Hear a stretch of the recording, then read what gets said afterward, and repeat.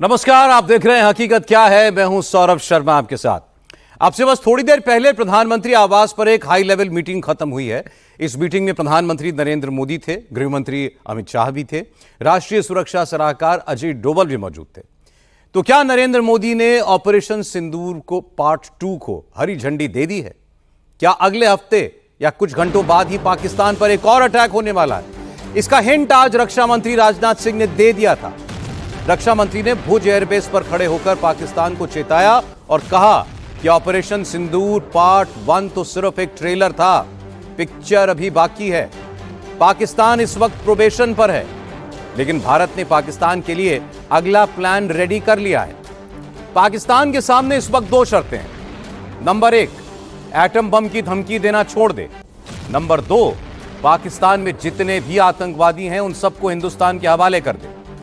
भारत सरकार अब पाकिस्तान के खिलाफ मिलिट्री स्ट्राइक के साथ साथ डिप्लोमेटिक पुश करने जा रही है। पाकिस्तान के एटम बम की हवा निकालने जा रही है। आज ही आंकड़े आए हैं, पाकिस्तान ने जितने ड्रोन भारत पर हमले के लिए भेजे थे वो सारे 600 ड्रोन्स भारत ने मार गिराए। सिर्फ 23 मिनट में हमने पाकिस्तान के 13 एयरबेस उड़ा दिए। अब पाकिस्तान के एयरबेस पर ढूंढने से भी एयरक्राफ्ट नहीं दिख रहे। पाकिस्तानी एयरबेस के हैंगर्स से भी उसके फाइटर जेट्स गायब हैं। इस वक्त पाकिस्तान में कुल मिलाकर जबरदस्त पैनिक है और ये जो सीज फायर है ये सोमवार को खत्म हो रहा है। पाकिस्तान को अगले हमले का डर अभी से लग रहा है। एटमी ताकत, न्यूक्लियर वॉर की बात कर रहे हैं। एटमी जंग छिड़ने लगी थी। न्यूक्लियर भी आता है। पाकिस्तान एक एटमी ताकत है। पाकिस्तान के जो न्यूक्लियर वेपन्स हैं, पाकिस्तान है सन की, देता है एटम बम की धमकी। तो क्या पाकिस्तान के एटम बम पर अब मंडरा रही है खतरे की घंटी? क्या मोदी सरकार पाकिस्तान के परमाणु हथियारों को छीन सकती है? क्या सच में पाकिस्तान के एटम बम छीने जा सकते हैं?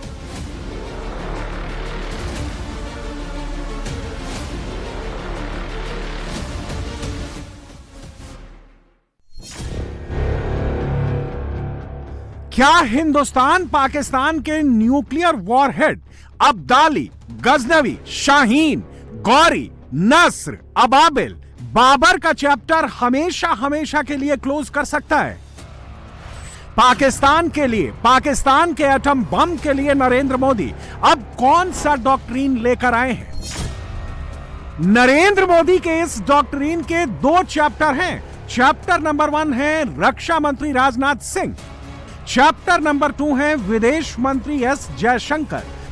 नरेंद्र मोदी ने पाकिस्तान के केस में न्यू नॉर्मल को अब एक नया एंगल दे दिया है। ऑपरेशन सिंदूर पार्ट 2 शुरू हो चुका है। मोदी ने राजनाथ सिंह और एस जयशंकर को अब एक नया टास्क सौंपा। विदेश मंत्री को मिले टास्क की बात आगे करेंगे, पहले रक्षा मंत्री को मिले टास्क की बात करते हैं। हिंदुस्तान के रक्षा मंत्री की पिछले 24 घंटे की टाइमलाइन में पाकिस्तान के लिए एक बहुत बड़ा मैसेज छिपा है। पहले श्रीनगर और अब भुज। ऑपरेशन सिंदूर पार्ट 2 का लेटेस्ट हिंट मिल चुका है और इस हिंट को पहले 2 तस्वीरों से समझिए। पहली तस्वीर श्रीनगर की है, जहां राजनाथ सिंह और इंडियन आर्म्ड फोर्सेस के पीछे के फ्रेम में MRSAM यानी medium range surface to air missile और MiG-29 का अपग्रेडेड वर्जन तैनात था। दूसरी तस्वीर शुक्रवार को भुज के एयरबेस की है, जहां रक्षा मंत्री और इंडियन आर्म्ड फोर्सेस के पीछे वाले फ्रेम में पाकिस्तानी ड्रोन्स को मार गिराने वाला पेचोरा और इंडियन एयरफोर्स का जगुआर तैनात था। यानी मोदी ने आदमपुर एयरबेस पर S-400 दिखाया।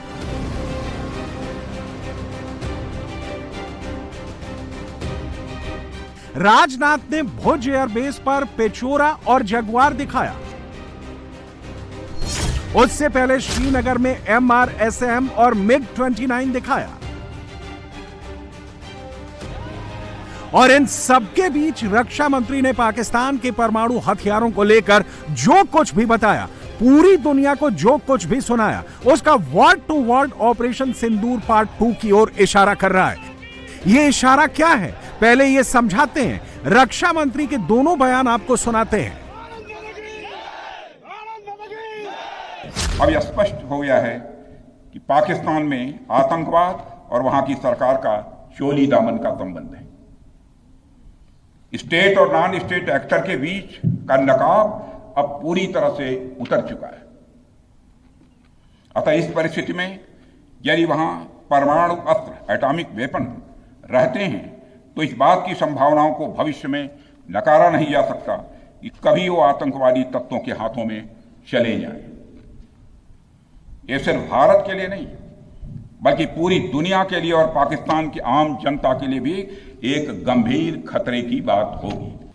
पूरी दुनिया ने देखा है कि कैसे गैर जिम्मेदाराना तरीके से पाकिस्तान द्वारा भारत को अनेक बार एटमी धमकियां दी गई हैं।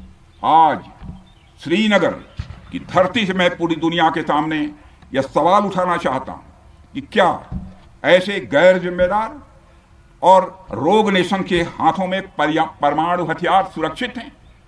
मैं दुनिया के सामने यह सवाल खड़ा करना चाहता हूं।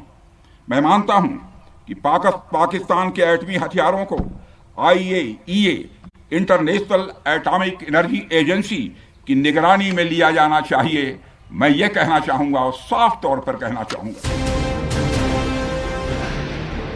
यानी ऑपरेशन सिंदूर पार्ट 2 के तहत भारत की पहली स्ट्रेटजी है पाकिस्तान के एटम बम वाले ब्लफ को पूरी तरह डिमोलिश करना और उसे दुनिया में एक्सपोज करना।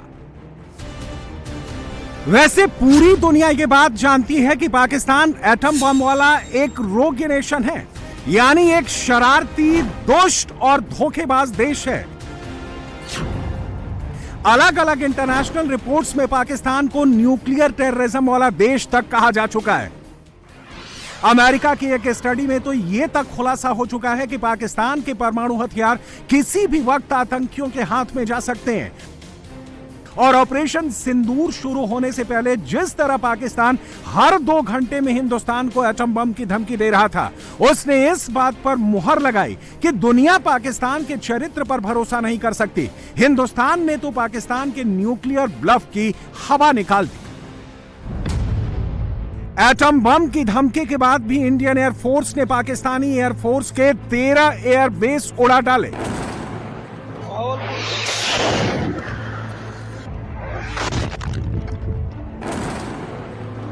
मगर अब भारत नई स्ट्रेटजी के साथ आगे बढ़ रहा है। भारत अब पाकिस्तान के न्यूक्लियर प्रोग्राम के खिलाफ डिप्लोमेटिक पुश कर रहा है। P5 देशों यानी अमेरिका, फ्रांस, रूस, चीन और यूके को पाकिस्तान के इरादों से आगाह कर रहा है। भारत आगे क्या क्या कर सकता है? पाकिस्तान के एटम बम की हवा निकालने के लिए भारत IAEA और यूनाइटेड नेशंस जैसी ग्लोबल बॉडीज को डायरेक्ट अप्रोच कर सकता है। पाकिस्तान के न्यूक्लियर वेपन्स पर इंटरनेशनल सुपरविजन की मांग कर सकता है। मगर क्या इसका कोई फायदा होगा, यह भी समझिए। पाकिस्तान के एटम बम की देखरेख के मामले में IAEA का रोल काफी लिमिटेड है। पाकिस्तान NPT यानी न्यूक्लियर नॉन प्रोलिफरेशन ट्रीटी का सिग्नेटरी नहीं है, जिसकी वजह से IAEA पाकिस्तान के मिलिट्री न्यूक्लियर फैसिलिटी का इंस्पेक्शन नहीं कर सकता। ऐसे में सवाल है कि आगे क्या होगा? क्या पाकिस्तान यूं ही भारत को एटम बम की धमकी देता रहेगा? जवाब है नहीं। एक तरीका है जिससे मोदी सरकार पाकिस्तान के एटम बम वाले प्रोपेगेंडा को हमेशा हमेशा के लिए पंक्चर कर सकती है। पाकिस्तान के इनकार के बावजूद उसके परमाणु हथियारों को IAEA के सुपरविजन में लाया जा सकता है अगर यूनाइटेड नेशंस सिक्योरिटी काउंसिल साथ दे दे। यूनाइटेड नेशंस किसी भी देश के न्यूक्लियर प्रोग्राम पर उस वक्त सैंक्शन लगा सकता है जब UN सिक्योरिटी काउंसिल में यह मुद्दा उठे, और अगर UNSC को यह लगे कि पाकिस्तान के परमाणु हथियार इंटरनेशनल पीस और सुरक्षा के लिए खतरा है, तो UNSC के पास अथॉरिटी है कि वो रेजोल्यूशन पास करके पाकिस्तान पर सैंक्शन लगा सकता है। और पाकिस्तान के न्यूक्लियर प्रोग्राम पर ऐसे किसी भी सैंक्शन के लिए UNSC के 15 में से 9 देशों की हामी जरूरी होगी। और अगर UNSC के 5 परमानेंट मेंबर्स कोई वीटो ना लगाएं, तो पाकिस्तान के एटम बम किसी काम के नहीं रहेंगे। यह इतना आसान नहीं है क्योंकि चीन खुलकर पाकिस्तान के साथ है, लेकिन भारत अपनी तरफ से कोई कसर नहीं छोड़ेगा और अपना एटम बम छिनता देखकर या उसके बारे में सोचकर अभी से पाकिस्तान में मातम मन्ना शुरू हो चुका है। दोस्तों, भारत के डिफेंस मिनिस्टर राजनाथ सिंह, जो कि प्राइम मिनिस्टर मोदी के इंतहाई करीबी साथी हैं, वो कह रहे हैं कि पाकिस्तान एक रोग नेशन है। रोग नेशन से मुराद ये है कि यहाँ पे लॉ एंड ऑर्डर नहीं है, यहाँ पे वो जिसे कहते हैं ना, कोई भी सिस्टम को रन करने वाली अपरेटस मौजूद नहीं है। सो वो पाकिस्तान को रोग नेशन में खड़ा करते हैं। यहाँ पे दहशतगर्दी और एक्सट्रीमिज्म ग्रुप को सपोर्ट किया जाता है। ये ऐसा मुल्क है जो वेपन्स ऑफ मैस डिस्ट्रक्शन को हासिल करना चाहता है। ये रोग की है वो डेफिनेशन। लेकिन इंडिया ये कैंपेन शुरू करना चाहता है कि पाकिस्तान को रोग नेशन करार दिया जाए।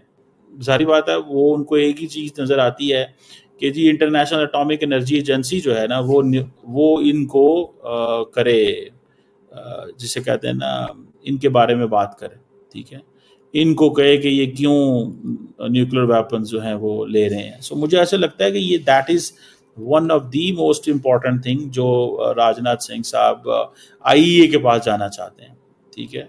तो IEA के पास जाना, फिर जारी बात है, that has a lot of significance. उसकी सिग्निफिकेंस होती है क्योंकि, और दूसरा ये है कि राजनाथ सिंह पाकिस्तान के जो न्यूक्लियर वेपन्स हैं उनको एक्सट्रीमिस्ट ग्रुप से लिंक करते हैं कि जी ये extremist group they can take over.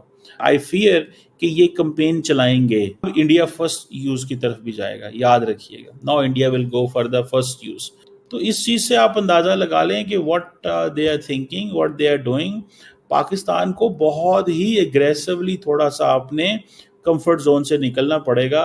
वो डॉक्टर साहब, वो क्या नाम है, राजनाथ सिंह कहते हैं कि मैं दुनिया से पूछता हूं कि क्या पाकिस्तान के न्यूक्लियर वेपन सेफ हैं। ये रिस्पॉन्सिबल नेशन है, रोग नेशन है, और ये IEA के कंट्रोल में दे रहे हैं।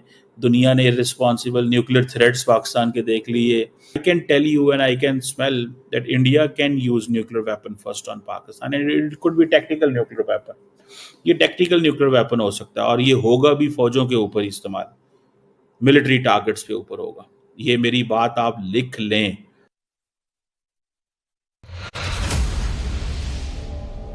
नरेंद्र मोदी तय कर चुके हैं, उन्हें सिर्फ पाकिस्तान को ही शक्ति विहीन नहीं करना है, पाकिस्तान के एटम बम को भी हमेशा हमेशा के लिए पंक्चर करना है।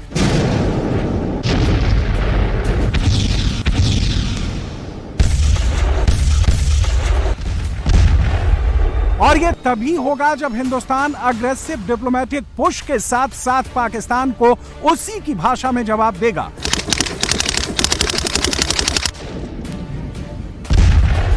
इसकी शुरुआत ऑपरेशन सिंदूर के पहले हिस्से में ही हो चुकी है।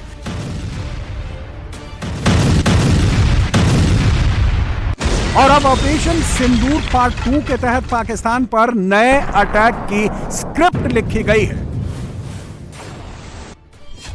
ऑपरेशन सिंदूर पार्ट 2 के लिए मोदी ने 2 गोल सेट कर रखे हैं। ये दोनों ही मोदी के अल्टीमेट गोल हैं। नंबर 1 है पाकिस्तान के न्यूक्लियर वेपन्स पर इंटरनेशनल सिक्योरिटी बढ़ाना, और नंबर 2 है पाकिस्तान में मौजूद खूंखार आतंकवादियों को घसीटकर हिंदुस्तान लेकर आना। पाकिस्तान के एटम बम को पंक्चर करने की कमान मोदी ने रक्षा मंत्री राजनाथ सिंह को सौंप रखी है, तो हाफिज, मसूद, सलाहुद्दीन, दाऊद जैसे आतंकवादियों को भारत लाने वाले प्लान पर S जयशंकर काम कर रहे हैं। पाकिस्तान के लिए नरेंद्र मोदी की दोनों शर्त ही यही है। नंबर 1, जितने आतंकवादी पाकिस्तान में हैं उन्हें हिंदुस्तान को सौंप दो, और नंबर 2, एटम बम की धमकी देना छोड़ दो। और मोदी के ये दोनों मैसेज पूरी दुनिया में भी डिलीवर हो चुके हैं। सबको पता चल चुका है, पहले ये 2 काम होगा तभी हिंदुस्तान आगे बढ़ेगा। और जब तक पाकिस्तान मोदी की ये दोनों शर्तें नहीं मानता, तब तक मोदी पाकिस्तान से दुश्मनी वाला बर्ताव ही रखेंगे। पाकिस्तान को रत्ती भर भाव नहीं देंगे, पाकिस्तान पर अटैक करते रहेंगे, क्योंकि इस वक्त पाकिस्तान प्रोबेशन पर है। उसने एक गलती की और इधर से ब्रह्मोस की अगली खेप निकली। कि भारत में जब भी कोई उपद्रवी तत्व होता है जिसको लेकर यह आशंका रहती है कि यह भविष्य में कुछ उपद्रव कर सकता है, तो उसको मजिस्ट्रेट एवं पुलिस द्वारा गुड बिहेवियर के प्रोबेशन पर रखा जाता है। कोई गड़बड़ करता है तो उसको कुछ समय के लिए मजिस्ट्रेट गुड बिहेवियर के प्रोबेशन पर रखते हैं। अगर वह व्यक्ति प्रोबेशन के दौरान कोई भी शरारत करता है तो उसे उचित दंड भी दिया जाता है। ठीक उसी तरह वर्तमान सीज फायर में हमने पाकिस्तान को बिहेवियर के आधार पर अभी प्रोबेशन पर रखा हुआ है। यदि उसका बिहेवियर सुधरता है तब तो ठीक, और यदि बिहेवियर में फिर से गड़बड़ी आती है तो उसको कड़े से कड़ा दंड दिया जाएगा। मैं फिर से इसे दोहराना चाहता हूं, अभी भारत ने पाकिस्तान को प्रोबेशन पर रखा है। वैसे भी माननीय प्रधानमंत्री ने हाल ही में एक बात बहुत साफ कही है कि आतंक प्रहार अब न्यू नॉर्मल है, यह न्यू इंडिया का न्यू नॉर्मल है। अब हमने साफ कर दिया है कि हमारी संप्रभुता को यदि कोई नुकसान पहुंचाएगा तो अब प्रहार भी झेलेगा। आतंकवाद का हम लाउडर और स्ट्रांगर जवाब देने के लिए तैयार हैं। ऑपरेशन सिंदूर पार्ट 2 के तहत पाकिस्तान पर हिंदुस्तान के हमले का रूप डिप्लोमेटिक भी हो सकता है, मिलिट्री स्ट्राइक जैसा भी हो सकता है। ये बात पाकिस्तान को पता है। उनकी क्या डिमांड है? उनकी डिमांड है कि आप अपना टेरर इंफ्रास्ट्रक्चर जो है ना वो खत्म, ब्लीडिंग बाय 1000 कट्स या डेथ बाय 1000 कट्स की जो डॉक्ट्रिन है इसको खत्म कर। और ऑपरेशन सिंदूर को लॉन्च हुए हुए तकरीबन 10 दिन हो गए हैं, आज 16 मई है, बल्कि 9 दिन हो गए हैं। और ऑपरेशन सिंदूर में क्या हुआ सबको पता है। पहले इंडिया ने पाकिस्तान के दहशतगर्दी के जो ठिकाने हैं उनको टारगेट किया, और बात यह है कि क्या ऑपरेशन सिंदूर खत्म हो गया, अब ये क्वेश्चन है। और इंडिया की साइड जो है वो कह रही है कि काइनेटिक ऑपरेशन जो है वो खत्म हो गए, अब हमने और तरह के ऑपरेशन करने हैं। फॉर एग्जाम्पल पाकिस्तान को आइसोलेट करना। जो ऑपरेशन सिंदूर का जो पार्ट है वो पानी वाला चक्कर है। पाकिस्तान ने बड़े फखर से कहा था कि आपने पानी बंद किया तो हम बम मार देंगे, तो पानी तो उन्होंने नहीं खोला उस तरह, और वो कहते हैं कि हम इसी तरह करेंगे, खोलेंगे छोड़ेंगे, खोलेंगे छोड़ेंगे, डिसरप्शन कायम करेंगे। तो that remains to be seen. लेकिन ये जो प्रोवोकेशन है, ये जो छेड़छाड़ है, ये चलती रहेगी। ऑब्वियसली ये काइनेटिक नहीं होगी। समझ आती कि ये जो पॉलिसी थी, आप ठीक है आपने एडवेंचर कर लिया, आपका 1971 में मुल्क टूट गया, 1965 में आपने डायरेक्ट इन्वेजन करके देख लिया कि आप नहीं जीत सकते, फिर आपने अपनी डॉक्ट्रिन को चेंज किया, एसिमेट्रिक वॉरफेयर आपने नाम दिया उसको, और उसके बाद सिवाय जिल्लत के, रुसवाई के कुछ भी नहीं मिला। तो अब आपको क्या मिलता है? छोड़ दें इसको, कश्मीर लड़ना छोड़ दें इसको। और आई होप कि ये अब पता नहीं ये जो ऑपरेशन सिंदूर है, अब इसका जो सॉफ्ट एलिमेंट है, जो नॉन काइनेटिक ऑपरेशन है, ये कहां तक जाता। और ऐसा इसलिए है क्योंकि अब कुछ नई डिटेल सामने आ गई हैं। डिफेंस सूत्रों के मुताबिक जब पाकिस्तान ने भारत पर ड्रोन से हमले किए थे, तब भारत ने पाकिस्तान के 600 ड्रोन्स मार गिराए थे। उस वक्त भारत की 1000 गन सिस्टम्स, 750 शॉर्ट और मीडियम रेंज मिसाइल को एक्टिवेट किया गया था। और इसके बाद जब जब भारत ने पाकिस्तान पर हमले करने शुरू किए, तो पाकिस्तानियों को ना तो हिंदुस्तानी ड्रोन नजर आया और ना ही इंडियन एयरफोर्स की मिसाइल। और इस वक्त पाकिस्तान में बैठा हर शख्स यही सोच रहा है, पता नहीं कब कहां से हिंदुस्तान नया ड्रोन भेज दे, नई मिसाइल से हमला कर दे। अब ये तमाशा मचाया होता है, ये ड्रोन आने क्यों दिए, ये पाकिस्तान के अंदर घुसे कैसे, उसके बाद ये ड्रोन करने क्या आए थे, ये हमारे क्या कर रहे हैं, कहते हैं हमारी ये टेक्नोलॉजी है, ये टेक्नोलॉजी। इन्होंने तो ऊपर मार ही नहीं गिराए। अगर वाघा बॉर्डर से आए, अगर जनाबे वाला शकरगढ़ से आए, अगर सियालकोट से आए, अगर पठानकोट से गुजर के बहावलपुर और बहावलनगर और फोर्ट अब्बास उस तरफ गए, अगर पीछे से कराची की तरफ आए, तो ये ड्रोन कैसे आ गए, तो इन्होंने अंदर तक कैसे आने दिए, एक फैसल मस्जिद तक पहुंच गया। ये क्या है? उन्होंने ड्रोन भेजे इसीलिए कि हमें पता चले कि जनाब एयर डिफेंस सिस्टम कहां कहां नस्ब है, कहां कहां इनका एयर डिफेंस सिस्टम मौजूद है, हमें इतला हो, फिर जाकर हम इनके ऊपर अगला अटैक करें। उन्होंने ड्रोन भेजकर ये चेक करना चाहा, ड्रोन भेजते गए, उन्होंने छेड़ा ही नहीं, वो अंदर दाखिल हो गए, कई एयर डिफेंस सिस्टम क्रॉस करके उन्होंने करने दिया। पाकिस्तान और हिंदुस्तान के तनाव में एक बार फिर इजाफा देखने को मिल रहा है। न सिर्फ झड़पों की सूरत में जो सरहदी मकामात हैं, बल्कि ख़बरें ऐसी भी आ रही हैं कि कुछ मकामात पर दोबारा से ड्रोन्स जो हैं इंडिया की तरफ से ये पाकिस्तानी हदूद में देखे गए हैं। और कुछ ज़रा ये कहते हैं कि अगले 72 घंटे जो हैं ये इंतहाई अहम हैं। ये वीडियो जब आप देख रहे होंगे तो 15 मई की तारीख़ होगी। उन्होंने रातों रात तबाह कर देना था, हमला करके उन्होंने सत्यानाश कर देना था खुदा न खास्ता पाकिस्तान का। पिछले 24 घंटे से पाकिस्तानी फौज के आला अधिकारी रावलपिंडी से लेकर पेशावर तक अलग अलग हॉस्पिटल के राउंड लगा रहे हैं। हिंदुस्तानी हमले में घायल हुए सैनिकों के हालचाल पूछ रहे हैं, मगर अंदर ही अंदर डर रहे हैं कि कहीं हिंदुस्तान एक बार फिर तो अटैक नहीं करने वाला। ऐसा क्यों है, ये राजनाथ सिंह से सुनिए। जितनी देर में लोग नाश्ता पानी निपटाते हैं उतनी देर में आपने दुश्मनों को निपटा दिया। ऐसा इसलिए भी है क्योंकि ऑपरेशन सिंदूर के दौरान 9 और 10 मई की रात को इंडियन एयरफोर्स ने पाकिस्तान के 12 में से 11 एयरबेसेस पर अटैक किया था। पाकिस्तान में सबसे ज्यादा तबाही ब्रह्मोस मिसाइल ने मचाई। राफेल फाइटर जेट से स्कैल्प मिसाइल दागी गई थी। पाकिस्तानी एयरबेस को टारगेट करने के लिए इंडियन एयरफोर्स ने 15 ब्रह्मोस मिसाइल्स दागी थी। पाकिस्तानी एयर डिफेंस को टारगेट करने के लिए आत्मघाती ड्रोन और इजरायली हेरोन्स का भी इस्तेमाल हुआ था। इसके अलावा क्रिस्टल मिसाइल से भी इंडियन एयरफोर्स ने हमला किया था। अब पाकिस्तान सोच रहा है कि क्या ऑपरेशन सिंदूर पार्ट 2 में एक बार फिर ब्रह्मोस की बरसात तो नहीं होने वाली, क्योंकि हिंदुस्तान के रक्षा मंत्री तो यही संकेत दे रहे हैं। ऑपरेशन सिंदूर पार्ट 1 तो सिर्फ ट्रेलर था, पाकिस्तान के अंत की पूरी पिक्चर तो अभी बाकी है। ब्रह्मोस मिसाइल की ताकत को तो पाकिस्तान ने खुद स्वीकार कर लिया है। हमारे देश में एक कहावत काफी पुरानी है और वह है दिन में तारे दिखना।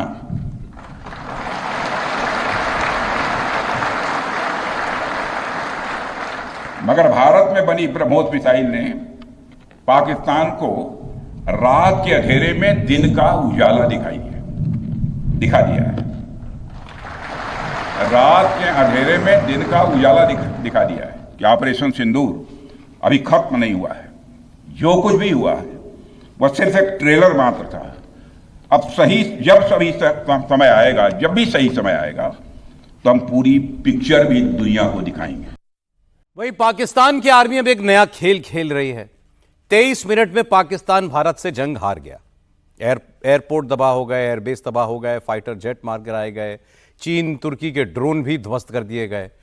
पाकिस्तान को मालूम हो गया कि इस बार भारत पीओके में कुछ निर्णायक करेगा। पाकिस्तान की आर्मी के प्रवक्ता ने बड़ी चतुराई से चीन को इनवाइट कर लिया। इस बार पाकिस्तान ने पॉलिसी कुछ बदल ली है। पाकिस्तान कह रहा है कि पीओके दरअसल भारत पाकिस्तान का नहीं, सिर्फ भारत पाकिस्तान का ही नहीं बल्कि चीन का भी मसला है। पाकिस्तान को भारत का इतना डर सता रहा है कि उसने अब चीन को न्योता भेजा है।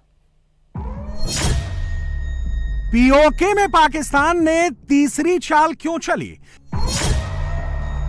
पीओके के झगड़े में चीन को बीच में क्यों लाया पाकिस्तान? क्या चीन को बीच में लाकर पीओके में बच पाएगा पाकिस्तान? क्या पीओके लेने में भारत के सामने चीन आ जाएगा? पीओके में पाकिस्तान की उल्टी गिनती शुरू हो गई है। मुनीर की फिदाइन आर्मी और शहबाज की प्रोपेगेंडा मशीनरी को डर सताने लगा है कि पीओके से उन्हें जल्द ही बोरिया बिस्तर समेटना होगा। इसीलिए पाकिस्तान ने एक शातिर चाल चलते हुए पीओके विवाद में चीन को घुसाने की साजिश की है। यह बात किसी अरे गहरे पाकिस्तानी नेता ने नहीं की है और ना ही वहां की कठपुतली सरकार ने। यह बात मुनीर के right hand Pakistan inter services public relations के महानिदेशक अहमद शरीफ चौधरी ने कही है। चौधरी ने एक इंटरव्यू में कहा है कि कश्मीर कंट्रोवर्सी में चीन भी एक पक्ष है। भारत से युद्ध में पिटने के बाद पाकिस्तान ने चीन को तीसरा पक्ष बनाने की चाल क्यों चली है? वजह नंबर 1, भारत अगर पीओके में जंग छेड़े तो चीन हथियारों के साथ उसे सपोर्ट करे। वजह नंबर 2, चीन अंतर्राष्ट्रीय मंचों में भारत पर दबाव बनाने में पाकिस्तान की मदद करे। वजह नंबर 3, चीन का नाम लेकर भारत पर दबाव बनाने की कोशिश कर रहा है। पाकिस्तान ने तो पीओके में तीसरी चाल चल दी है, लेकिन क्या चीन उसकी चालबाजी में आएगा? पहले ये तस्वीरें देखिए। भगवा, सफेद और हरे भूरे रंग के ये टेंट नीलम वैली में लगे हुए हैं, जिन्हें चीन ने इस दावे के साथ लगाया है कि ये उन चीनी मजदूरों के लिए हैं जो नीलम वैली के इंफ्रा और पावर प्रोजेक्ट पर काम कर रहे हैं। सच्चाई सिर्फ इतनी नहीं है। रिपोर्ट्स में दावा किया गया है कि मजदूरों के नाम पर चीन ने 11,000 सैनिकों की तैनाती पीओके में कर दी है। इसके पीछे भी चीन का लॉजिक यह है कि इन सैनिकों को हाइड्रो पावर और रोड प्रोजेक्ट में लगे चीनी इंजीनियरों और मजदूरों की सुरक्षा के लिए पीओके में तैनात किया गया है। रिपोर्ट्स के मुताबिक पीओके में चीन ने $300 मिलियन का निवेश किया है।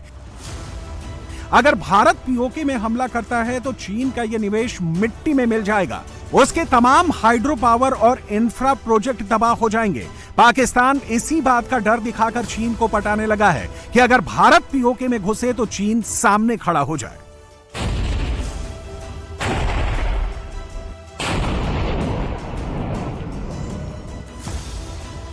क्या पाकिस्तान के बहकावे में चीन आ जाएगा? पीओके में चीन क्या क्या कर रहा है जिसे पाकिस्तान सोच कर बैठा है कि वो जरूर भारत के खिलाफ खड़ा हो जाएगा और उसे बचा लेगा। सीपेक जो पीओके से होकर बलूचिस्तान के ग्वादर पोर्ट तक जाती है, जिसमें चीन करीब 46 अरब डॉलर का निवेश कर चुका है। पीओके में नीलम झेलम जल विद्युत परियोजना में चीन ने 274.88 अरब का निवेश कर 969 मेगावाट का हाइड्रो पावर प्रोजेक्ट लगा रहा है। पीओके में चीन 1100 मेगावाट की कोहाला हाइड्रो प्रोजेक्ट लगा रहा है। इसके अलावा 15 छोटी हाइड्रो पावर की यूनिट भी चीन लगा रहा है। गिलगित बाल्टिस्तान में चीन 1300 किलोमीटर लंबे काराकोरम राजमार्ग में मोटा निवेश किया है। गिलगित बाल्टिस्तान में जगलोट से स्कार्दो तक सड़क को 20 मीटर चौड़ा किया गया है। पीओके में चीन का कुल निवेश करीब 65 अरब डॉलर से ज्यादा का है। भारत से डरा पाकिस्तान धीरे धीरे पीओके में चीन का स्टेक बढ़ाता जा रहा है। इसकी तस्दीक पीओके की सड़कों पर लगे ये साइनेज कर रहे हैं, जिसमें उर्दू के साथ चीनी भाषा में भी लिखा गया है। पाकिस्तान को कर्ज के जाल में फंसाकर चीन पीओके में बहुत बड़ा खेल करता जा रहा है। चीन ने पीओके में 155 mm की ट्रक माउंटेड होवित्जर तोपें तैनात कर दी हैं। इन तोपों को एलओसी पर कई जगह देखा गया है।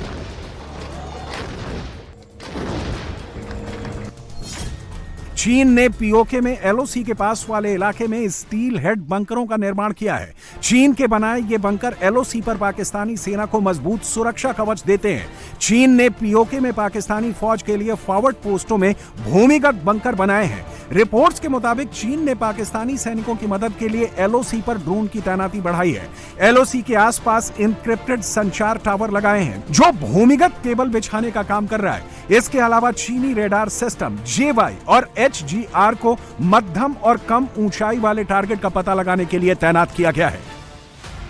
पाकिस्तान और चीन इन्हीं के जरिए एलओसी पर भारतीय सुरक्षा बलों के मूवमेंट को ट्रैक कर रहे हैं। अब सवाल उठता है कि भारत कैसे पीओके से पाकिस्तान को खदेड़ सकता है। भारत के एयरफोर्स का रोल यहां पर बहुत अहम होगा। उसे पाकिस्तान और चीन के ज्वाइंट कम्युनिकेशन और लॉजिस्टिक को भारी बमबारी से तबाह करना होगा। साथ में भारत की स्पेशल फोर्सेज और एयरफोर्स को सलामी स्लाइसिंग स्ट्रेटजी अपनानी होगी। अब आप सोच रहे होंगे कि सलामी स्लाइसिंग स्ट्रेटजी क्या होती है। दरअसल एलओसी पर बड़े क्षेत्र में इकट्ठा हमला करने और कब्जा करने की बजाय छोटे छोटे क्षेत्र में दुश्मन को तबाह करते हुए वहां कब्जा करते हुए आगे बढ़ना होगा।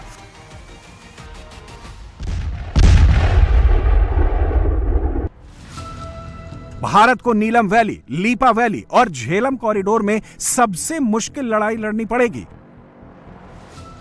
यहां पाकिस्तान और चीन को पस्त करने के लिए इन्फेंट्री डिवीजन और स्पेशल फोर्सेस को आगे मोर्चे पर भेजना होगा।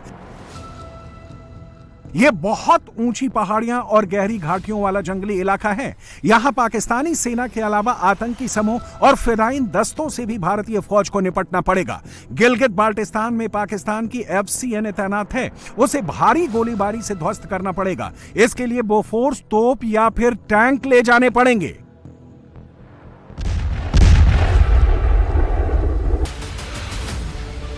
पीओके से पाकिस्तान, चीन की ज्वाइंट फोर्स को मार भगाने के लिए भारत कौन से साधन इस्तेमाल कर सकता है?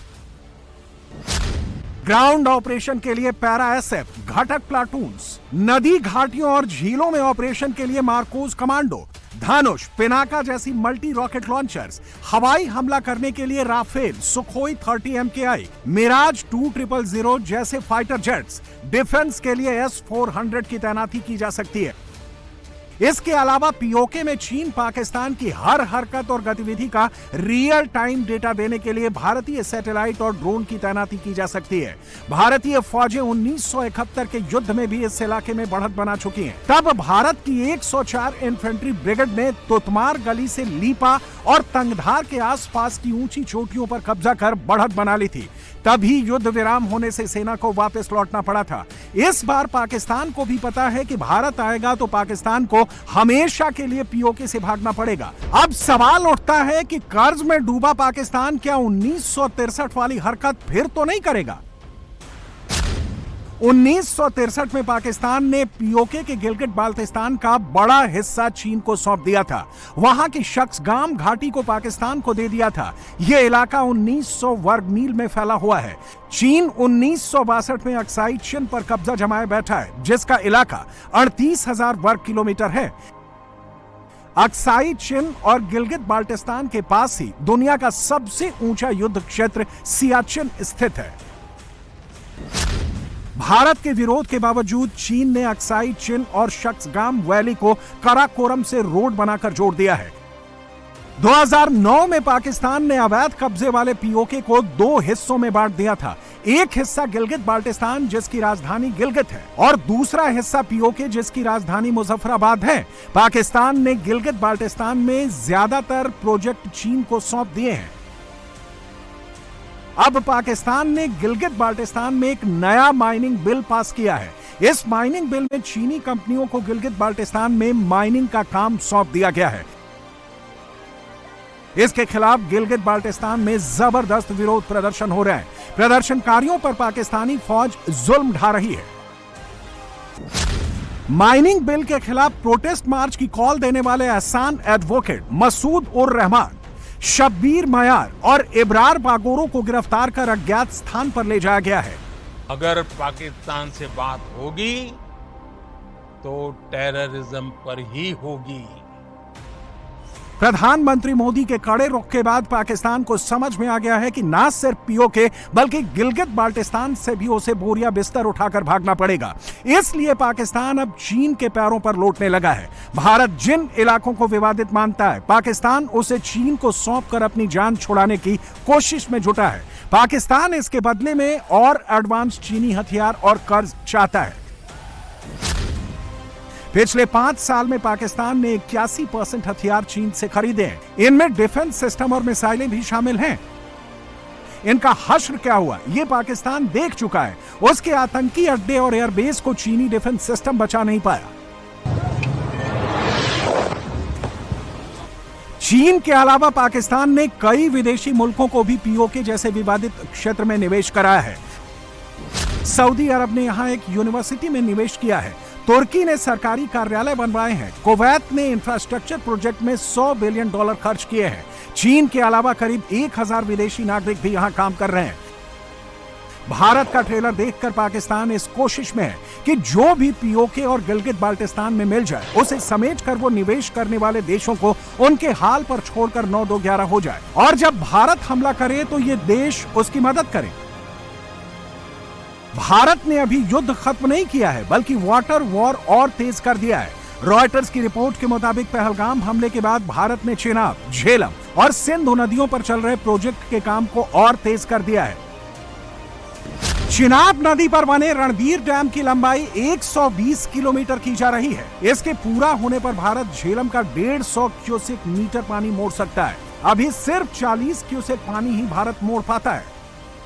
पाकिस्तान पर लगातार प्रहार जारी है। देखना है कब तक मौलाना मुनीर और शहबाज शरीफ चीन की गोद में बैठकर पाकिस्तानी आवाम को युद्ध जीतने की फर्जी कहानियां सुनाते रहेंगे। ऐसा ना हो कि पाकिस्तान की आवाम एक दिन उन्हें दौड़ा ले।